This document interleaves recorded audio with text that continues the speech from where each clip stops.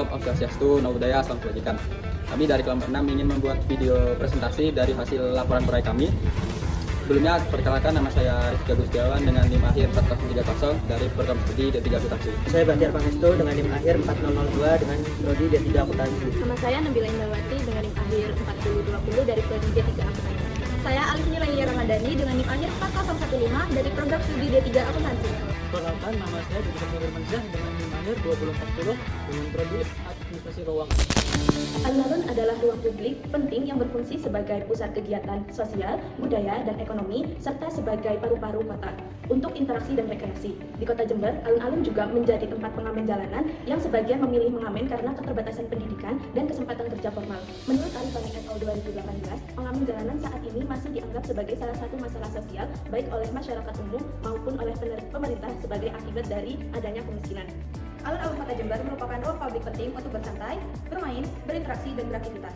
Namun, kenyamanan pengunjung terganggu oleh pengamen liar yang beroperasi tanpa aturan, memaksa atau mengamen di waktu yang tidak tepat, sehingga menimbulkan ketegangan antara kebutuhan ekonomi pengamen dan hak masyarakat untuk ruang publik yang nyaman. Faktor penyebab maraknya pengamen liar antara lain kemiskinan, rendahnya pendidikan, kurangnya kesadaran sosial, serta minimnya pembinaan dan pengawasan. Sebagai solusi, media edukasi berupa video dan poster dapat digunakan untuk menyampaikan informasi, meningkatkan kesadaran, dan mendorong pengamen memahami batasan mereka. Dengan pendekatan ini, diharapkan tercipta hubungan harmonis antara pengunjung dan pengamen, serta lingkungan publik yang lebih tertib, aman, dan nyaman bagi semua. Selanjutnya ada metode penelitian. Yang pertama, terdapat identifikasi masalah. Langkah awal penanganan pengamen liar di alun-alun Kota Jember adalah memahami kondisi nyata di lapangan. Tim melakukan observasi lokasi dan frekuensi. Yang pertama, memetakan area alun-alun yang sering digunakan pengamen. Yang kedua, waktu aktivitas. Yang ketiga adalah jumlah pengamen. Nilai perilaku yang mengganggu, mencatat pengamen yang meminta uang, pengamen waktu tidak tepat, atau berinteraksi secara agresif. Lalu menggali latar belakang pengamen. Melalui wawancara singkat, tim mengumpulkan ada tentang kondisi ekonomi, pendidikan, dan keterampilan pengamen. Mengidentifikasi keluhan masyarakat dan pedagang, mengumpulkan persepsi, pengalaman, dan dampak berdasarkan juga. Cara menjangkau sasaran, pengunjung dan masyarakat umum melalui wawancara dan kuesioner, pedagang dan pihak keamanan melalui diskusi informal. Pengamen melalui wawancara persuasif untuk mendapatkan informasi tanpa konflik. Yang kedua, ada pengumpulan data. Untuk mendapatkan gambaran komprehensif, tim menggunakan observasi langsung, yaitu mengamati jumlah pengamen, pola aktivitas, dan interaksi dengan pengunjung di berbagai titik dan waktu. Wawancara persuasif dengan pengunjung rutin, pedagang, dan pengamen untuk dapat pandangan mendalam. Kuesioner disebarkan secara langsung dan online untuk menjangkau masyarakat luas terkait pengalaman dan harapan mereka terhadap alun-alun Kota Jember.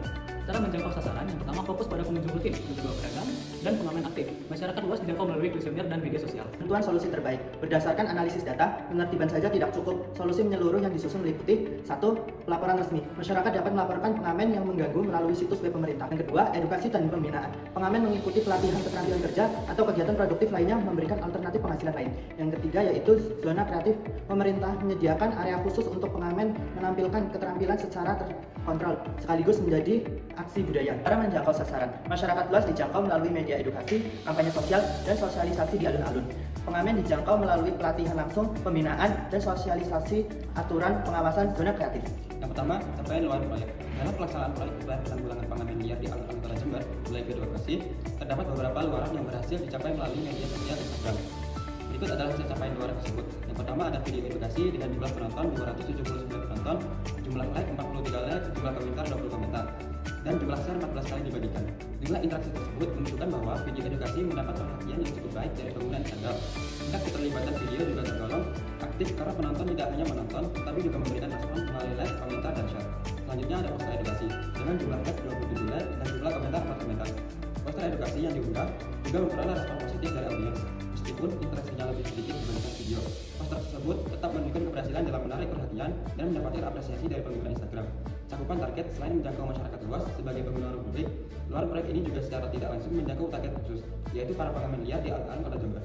Meskipun distribusi konten dilakukan melalui media sosial, beberapa pengamen yang memiliki akses ke ponsel atau media sosial dapat melihat video dan poster edukasi tersebut, sehingga mereka mendapat informasi mengenai hak, batasan, dan alternatif kegiatan yang lebih produktif. Dengan demikian, pesan edukasi tidak hanya menyasar pengunjung dan warga sekitar, tapi juga memberikan dampak terhadap pengamen sebagai pihak yang menjadi fokus utama intervensi. Yang kedua ada umpan balik dari target sasaran. Umpan balik yang diterima melalui kolom komentar menunjukkan bahwa banyak video dan poster edukasi mendapatkan respon positif dan dianggap bermanfaat. Komentar-komentar tersebut menunjukkan bahwa video edukasi bukan hanya ditonton, tetapi juga diapresiasi kualitasnya, baik dari segi kreativitas maupun pesan yang disampaikan. Yang kedua, komentar pada poster edukasi. Umpan balik positif ini menandakan bahwa poster edukasi mampu menyampaikan pesan secara visual dengan baik dan disukai oleh audiens.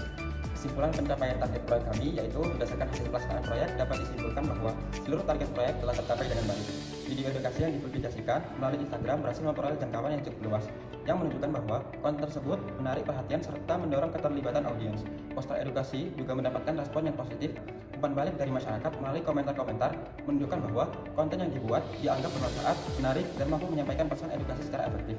Secara keseluruhan, proyek ini berhasil meningkatkan kesadaran masyarakat mengenai pentingnya ketertiban dan pengurangan pengamen liar di ruang publik.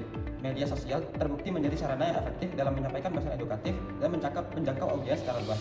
Selain masyarakat umum, proyek ini juga secara tidak langsung menjangkau pengamen liar sebagai target khusus, sehingga diharapkan mereka memahami batasan, hak, dan alternatif kegiatan yang lebih produktif. Selanjutnya yaitu refleksi dari kelompok kami.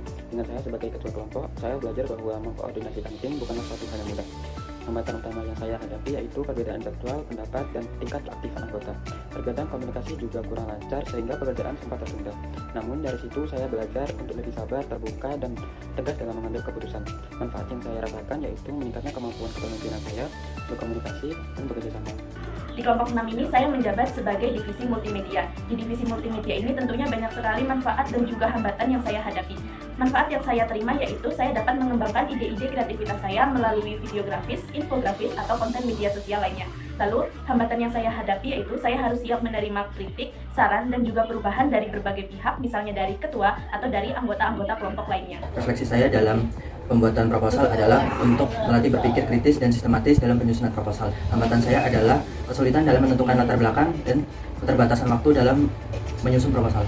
Di sini saya akan merefleksikan diri sebagai divisi pembuatan poster. Yang pertama adalah tantangan yang saya hadapi, yaitu adalah ada beberapa ide yang sangat susah untuk diintegrasikan dalam poster tersebut agar tidak menyinggung pihak manapun. Lalu ada manfaat yang pertama itu adalah pandangan saya terbuka lebih luas dan mendapatkan beberapa ilmu yang bisa bermanfaat bagi masyarakat. Manfaat yang saya dapatkan yaitu pembagian tugas dari kelompok menjadi lebih mudah dan juga melatih tanggung jawab saya. Hambatan yang ada dalam pengerjaan tugas proyek ini yaitu kurangnya komunikasi antar tim dan juga perbedaan pendapat dari setiap anggota.